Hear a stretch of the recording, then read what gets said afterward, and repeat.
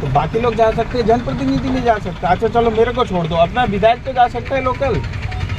मैं तो बोला मैं जाके पहले बात हुआ उनसे, आफ्टर क्यूरेशन मैं वही बोल रहा हूँ भैया। मान लीजिए चलो मैं यहाँ का सांसद नहीं हूँ, यहाँ का लोकल विधायक तो जा सकता है। अपनी जनता के साथ जो अन्याय अत्याचार हुआ उसको तो देख सकता है अपनी आंखों से, कम से कम परिवार को सांत्वना तो दे सकता है। आपकी ट्रेनिंग कहाँ से हुई मुझे पता नहीं। सब जगह तो पुलिस एक जैसी ट्रेनिंग हुई है, लेकिन देखिए लॉ एंड ऑर्डर यहाँ पे कल भी हुआ है, आज भी हो सकता है, ठीक है। तो हम लोग आप डरा रहे हो क्या मुझे? नहीं, हम डरा नहीं रहे हैं, हम आपको बोल रहे हैं, इंटीमेट कर रहे हैं। हम आपको भी बोले हैं, आपकी भाषा में आप आराम से बोलो, डराओ मत, डराओ मत। ये बहुत डरा लिया, जनता भी डरी हुई है आपसे, तो हमको मत डराओ। और आपकी वजह से हम मेंबर ऑफ पार्लियामेंट नहीं बने। हमारा काम क्या करना हमको पता है, आप अपना काम करिए। लेकिन मैं फिर आपसे बोल रहा हूँ, मान लीजिए मैं नहीं जा सकता, बाकी नहीं जा सकते, इसको तो जाने दो विधायक को। एक्टिविशन कब तक हो जाएगा पूरा? कितना दूर है यहाँ से? 2 किलोमीटर होगा, ज़्यादा नहीं है। 2 किलोमीटर। उस एरिया का बगल का पंचायत हम है, उस समाज से हमारे पास फोन आ रहा है अभी भी। अच्छा, आप लोग आओ, MP MLA वहाँ पे आओ। हम याकूब अली उस एरिया का पंचायत है, वहाँ से समाज से फोन आ रहा है हमको। तो जाने दो, आ रहा है कि MP MLA आए तो अच्छा होगा। इसमें ये लोग दबाने का कोशिश हो रहा है यहाँ पे, कुछ वो लोग बोल रहे हैं। तो हम लोग जनप्रति होने के नाते हम लोग नहीं इस दुखद घड़ी में हम लोग विक्टिम के माने जो है पीड़ित के साथ है, बस इतना ही कहना है।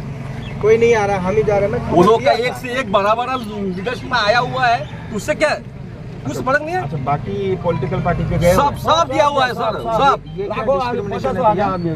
ये लोगों को इतना डर है, यहाँ पे भी घेर के रखा गया है, वहाँ पे भी घेर के रखा, वहाँ पे भी यही हालत है। क्या बात है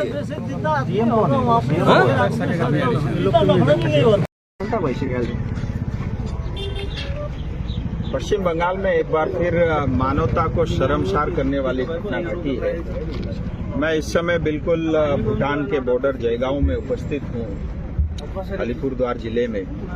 और यहाँ पे 2 किलोमीटर अंदर एक गांव में एक छोटी बच्ची जिसकी आयु 7 साल थी, घर से पहले उसको किडनैप कराया गया, फिर 3 लोगों ने बुरी तरह उनके साथ बलात्कार किया उस बच्ची के साथ, और अंततः उसको मार दिया गया, यानी उसकी मर्डर भी।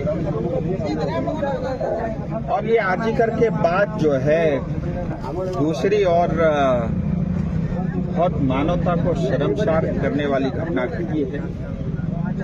और ममता दीदी के राज में, उनकी लीडरशिप में, उनकी नेतृत्व में आए दिन रोज पश्चिम बंगाल में हमारी माँ बेटियां, हमारी बहनों के ऊपर इसी तरह की जो है अन्याय और अत्याचार और घटना घट रही है। और ममता बनर्जी की सरकार पूरी तरह फेल है लॉ एंड ऑर्डर को, और साथ ही हमारी बहन बेटियां और माँ को सुरक्षा देने में। और मुझे आश्चर्य तब होता है, हालांकि मेरा व्यक्तिगत कोई दुश्मनी पुलिस वालों से नहीं है, लेकिन इतनी बड़ी घटना घटी, विधायक, सांसद, इवन इस गांव के हमारे जो पंचायत के मेंबर है, वो उस पीड़ित परिवार से नहीं मिल पा रहे हैं, उनको सांत्वना नहीं दे सकते, और बीच सड़क में हमको इस तरह से रोका गया। ये दिखाती है कि पुलिस और प्रशासन कितनी संवेदनशील हीन है। और जैसा मैंने कहा, मेरा व्यक्तिगत किसी पुलिस प्रशासन से नहीं है, लेकिन अमूमन पूरे पश्चिम बंगाल में इसी प्रकार की जो है दृष्टि देखने में आती है, जो बहुत ही हमारे जैसे प्रतिनिधियों को बहुत निराश करती है। मैं भगवान से प्रार्थना करूंगा उस परिवार को शक्ति दे, और मैं पुलिस प्रशासन से और यहाँ की DM और SP से हाथ जोड़ के ये भी निवेदन करता हूँ कि जो 3 लोग तुरंत आपने पकड़े हैं उनको फांसी होनी चाहिए, और इस केस में किसी तरह का लापरवाही नहीं होना चाहिए, क्योंकि इस केस के साथ मैं भी जुड़ गया। और अगर किसी तरह की लिपापोती होती है, चाहे वो पोस्टमार्टम में हो या बाद में परिवार को पैसे का लालच या डर दिखा करके इस केस को दबाने की बात होती है, तो उसके लिए पुलिस और प्रशासन जिम्मेदार होगी, यहाँ की सरकार जिम्मेदार होगी। पश्चिम बंगाल में घटनाएं रोज घटती है, लेकिन जो घटनाएं जो गिनती में आती है, ध्यान में आती है, बहुत थोड़ी आती है, बाकी सब दबा दिया जाता है। जब आप अपराध को दबाओगे तो अपराधी और पैदा होते हैं, और आज पश्चिम बंगाल में यही हो रहा है। ममता बनर्जी मुख्यमंत्री अपराधियों को बचाती है, इसीलिए अपराधियों के हौसले बुलंद है और आए दिन पश्चिम बंगाल में अपराध बढ़ रहा है। ये मुझे लगता नहीं कि मुख्यमंत्री के इस कार्यकाल में, उनके शासन में ये घटनाएं रुकेंगी, इसकी संभावनाएं बहुत थोड़ी।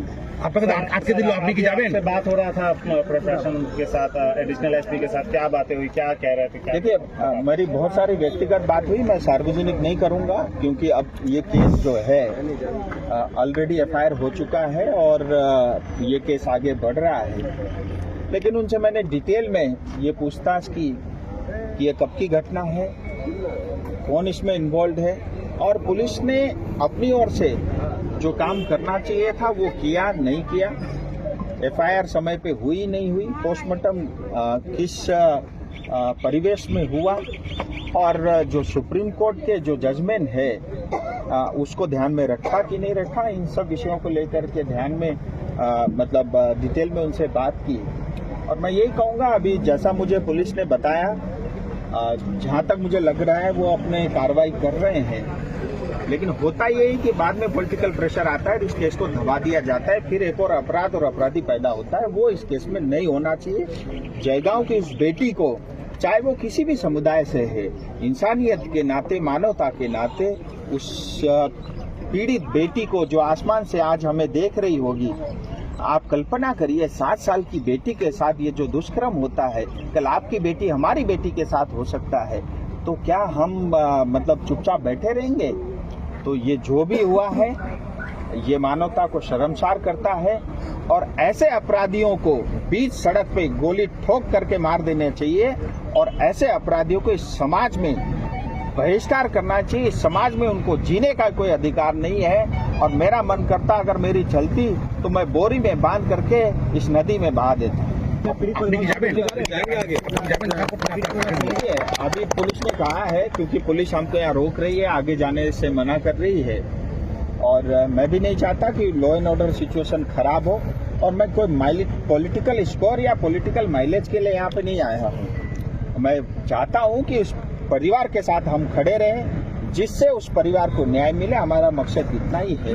पुलिस ने कहा है क्रीमेशन होने के बाद हमको जाने देंगे, हम अभी थोड़ी देर वेट करते हैं, फिर जैसा वो कहेंगे उस हिसाब से। अभी तृणमूल की ओर से जो